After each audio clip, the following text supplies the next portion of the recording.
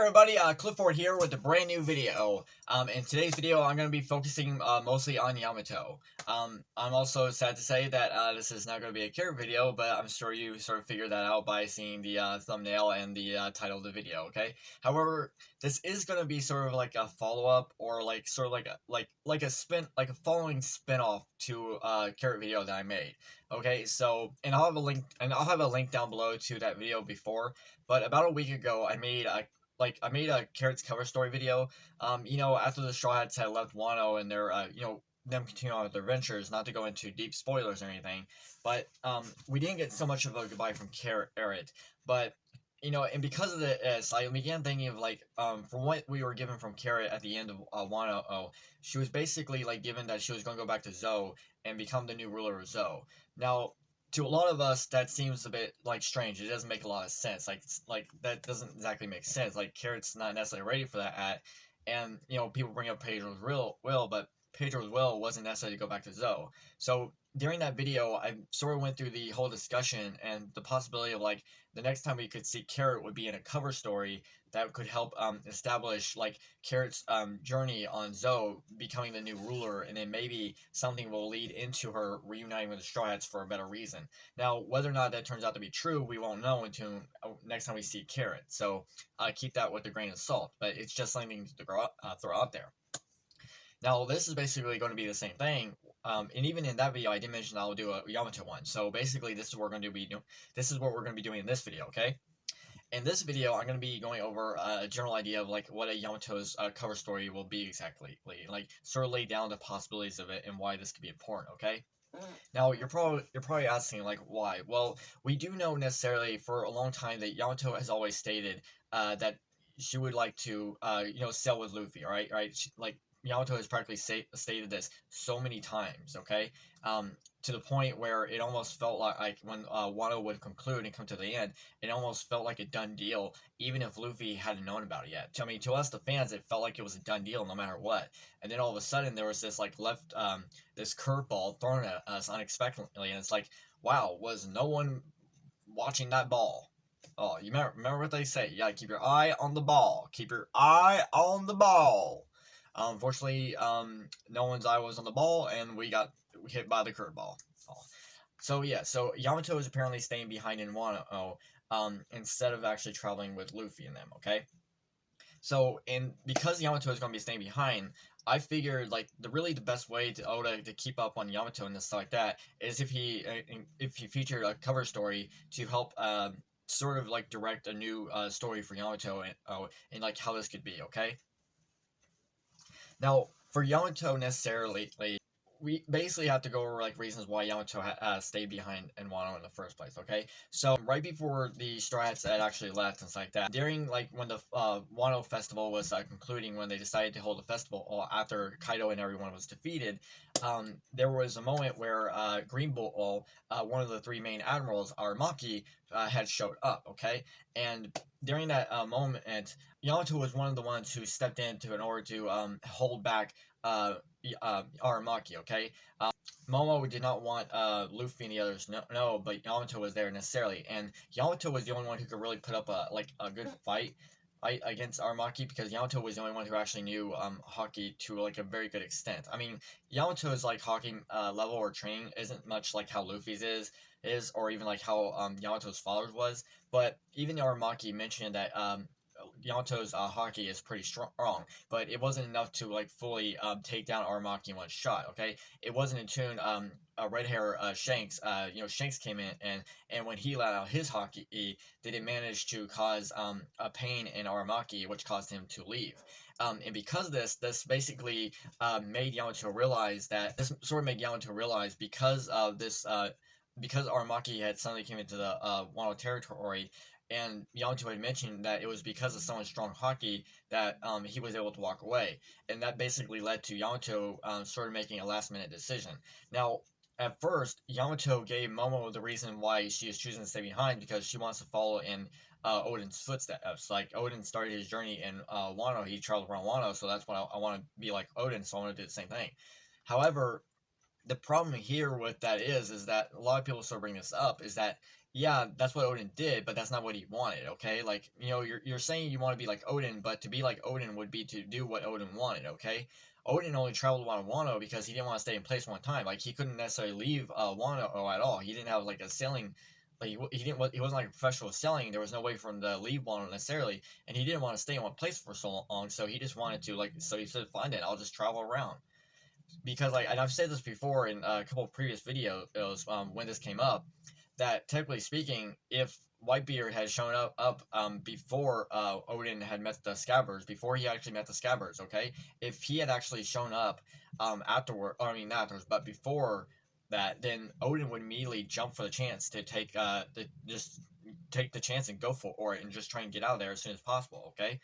Um, so yeah, so it doesn't necessarily make sense. However, it wasn't in tune the next, I believe it was the next chapter or the next following one after that.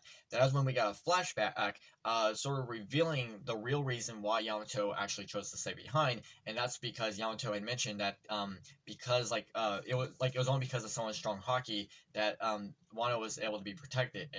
And Yamato even, and this is actually, while it is strange to not see Yamato go with the Strahd pirates necessarily, it's also not strange for Yamato to choose to stay behind for this good reason. And Yamato even mentioned this against her father, Yamato. So when Yamato was facing off against her father, Kaido, she actually mentioned that how can I, how can, let's see, how did it go again? Let's see. I can't remember the exact wording, but I'll basically have a picture of it, and you can see for yourself. But it's basically where Yamato sort of mentioned that how can I protect how can I call myself Odin and if I can't protect Wano, and that's sort of a good reason then to see why Yamato is choosing to stay behind in order to protect in order to protect Momo and all the Wano citizens, okay. Which, and because of this, it's not necessarily a bad idea, okay. So to me, that's a very good reason. So Yamato choosing to stay behind because Yamato knows that Wano is not going to be protected unless she's probably there in order to help protect it. Now she's probably never going to tell Momo that's why she basically lied to Momo, okay. So yeah, so my whole general idea for like a Yamato cover story is basically sort of like a parallel version to maybe Odin's, but maybe not in a direct way, okay? Because I feel like it wouldn't be necessarily like, if we just like completely take Odin's direct story and just follow it exactly the same. I feel that's a little bit too cliche, and a little bit like seriously. So I think there will be some similarities, but there's also going to be some differences, okay. So we can imagine that Yamato's whole ordeal would probably be to maybe travel around Wano for a little bit, and just like see the sights and like learn some people and stuff like that. However, I feel like even with the whole carrot one I made, I still talked about the possibility of like what troubles could rise on like like what could be a new threat that could come their way, right? And how it could be a very difficult thing. I mentioned in that video how I basically looked back at the Viva card that was lost, and Oda is very good at sort of taking small details from a thing that that was said in a chapter. He's very well known at suddenly bringing back small details or small things that was said for a much bigger detail once again in the future. So, and maybe the same thing could apply to Yamato in this case. Okay. So Yamato basically traveled around Wano for not like I said, not like as much as like Odin did, but maybe just a small roundabout route, just small walking around, right? And then it also comes down to like how big of a threat or how big of an issue this could be, okay? And there are some pretty good reasons why we can how we can think to realize a bit of a threat right here, okay? And be honest, like I have more reasons for a much wider threat range than what I had for the carrot one, but the Yamato one basically has a lot more options to go over, okay? So we know necessarily that going over necessarily and how this can be important, and one thing we can look at necessarily is Yamato sort of like writing, like, all right, so we know when Yamato found Odin's journal, Odin basically made a journal, like a logbook journal during his adventures and stuff like that, and to Yamato is considered her Bible, right? And maybe this was where Yamato will basically start her own story. Like Yamato will take this time to basically write in her own start her own journal and sort of like explain things and events like and how things will unfold because of it. Will this be the case? We don't know, but it's not necessarily a bad idea. Yeah. Now, going over some possible threats and ideas. The first one to start off with is obviously with Kaido and Big Mom, okay? Now, if everyone remembers, Kaido and Big Mom, after they were defeated, they were both basically thrown off Onigashima and basically knocked to the ground and fell each into a big hole. Now, it is presumed that they might be dead, but nothing has been stated or revealed that they are actually dead, okay? And they are pretty tough cookies that have survived pretty strong things before, so until we actually see them necessarily, or until Oda actually confirms it 100%, we have to basically take at face value that they can still be alive, okay? And be honest, like we know Yamato has gone up against her father in a 1-1 match, but never to like really face off against him in a level that Luffy took upon is way beyond outstanding. It's like that. So, and I feel like Yamato, like even if both Kaido and Big Mom rose back up, I don't think Yamato or even the Scabbards will be able to stand a chance. And at that point, Luffy is going to have to come back immediately. So, and after the whole situation that we just had with that entire arc, bringing back both Kaido and Big Mom, I feel like would be the baddest decision of all. While I will not look, I won't necessarily say that it's not something that can be done. I just feel like that's not really the best option. Okay. So let's move on to second opinion. So let's go back to Aramaki, okay? So Aramaki Green Bull, one of the three admirals, right? It could be possible that maybe he could come back to Wano necessarily with the entire fleet of government, and maybe they'll try and take Wano by force. Now, keep in mind this could be a bad idea because during like Wano we found out that Pluton is actually in Wano, okay? We actually found out that the ancient weapon Pluton is actually in Wano. And this basically, and this will sort of lead into like another idea I have for another threat that could come, and basically look at it in a sort of a reputation, a sort of an idea that go over is how well you can see a sort of like how well you can see sort of like a dynamic a presentation for it, okay? So, and we know the world government and has always tried to get Wano in their grasp, and unfortunately they basically failed this time, but maybe this time they'll take matters in their own hands by just taking it by force. That could be a possibility. And then going into the third threat is Blackbeard, okay? Now, why Blackbeard necessarily? Okay, well, we know there was a moment where Caribou who had basically learned that Pluton is Wano, and he mentioned something very specifically that I have to let that certain someone know about this, okay? We do not know who that person is, but we do know that he basically stated that there is someone who might be interested in this information.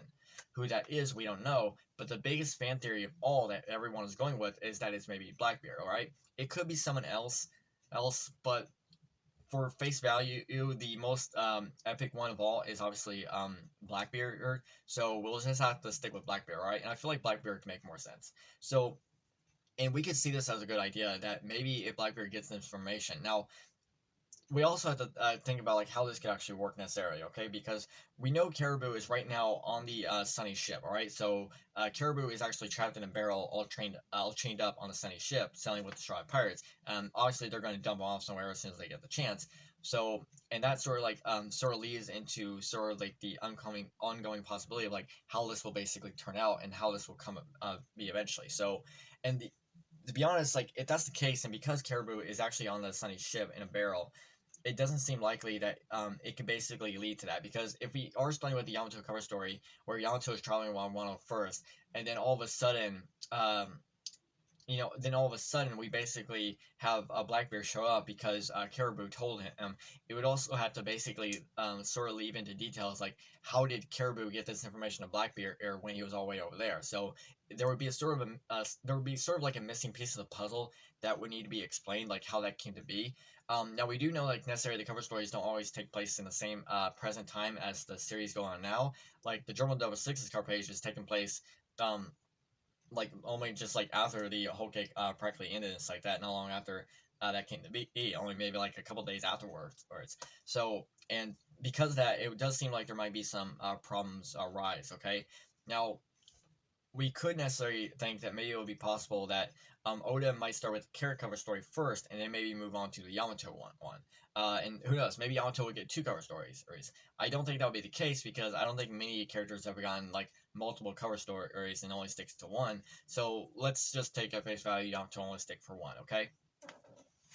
Now, Yamato Yamato is such a fascinating character and stuff like that. And to be honest, like when Yamato basically stated that she wanted to sail with Luffy and the crew, I had no problems with it. All right, I've always said before that there shouldn't be any problems for like a certain character to want to sail with Luffy and the crew. Like sure, Luffy has to give his consent and give his permission, but as long as like I've said it before that as long as like each character gets along well with the Strike crew, and then Luffy sort of forms a bond with them, sort of understands them to the point like where yeah I like you, I feel like I can use you on my crew. I feel like Luffy wouldn't mind having a person join the crew or if they wanted to, and Luffy even was okay letting Yamato become part of the crew. Unfortunately, Yamato changed her mind because of the situation that had happened. So overall it's a very dynamic decision. All right, so it's very possible reasons and very outlining statements. Okay, so overall, I think look. Overall, I think it's a great decision that Yamato is staying behind to protect Wano. It is a little sad that Yamato is not going to go with the strikes immediately, but you can understand a very good reason on why, okay? And everyone has sort of mentioned this before, right? A lot of people are mentioning that, sure, it is sad that Yamato is not going, but it also gives a very good reason why Yamato is necessarily staying, okay? So that is something we have to keep in mind, okay?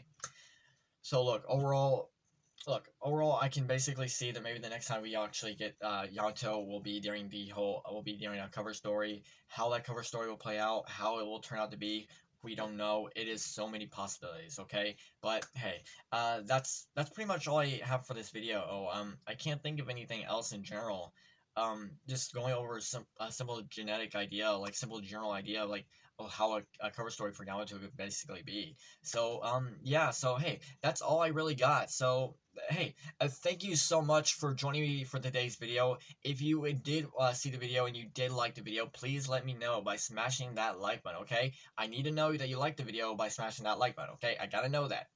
Also, subscribe to the channel, okay? It just, it helps us out, okay? It helps you out, it helps me out, alright? Subscribing to the channel, okay?